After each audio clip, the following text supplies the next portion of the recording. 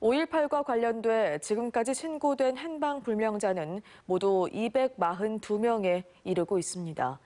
이 가운데 65%가 피해자로 인정받지 못하고 있는데요. 5.18 진상조사위원회가 조사 범위를 확대하고 나서 행방불명자와 관련된 추가적인 진실이 드러날지 주목됩니다. 우종훈 기자입니다.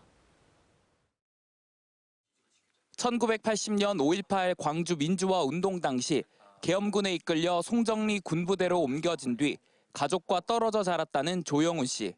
조 씨는 지난 1988년 아버지의 실종 신고로 내무부 행방불명자 명단에 오른 후 두 차례에 걸쳐 피해자로 인정해달라고 신청했지만 모두 기각됐습니다.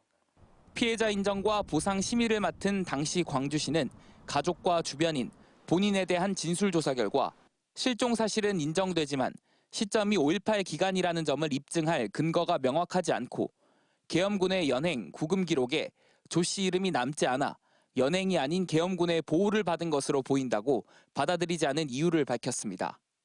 저야 아무 힘도 없으니까 그냥 그런 거보다 그러고 말았죠.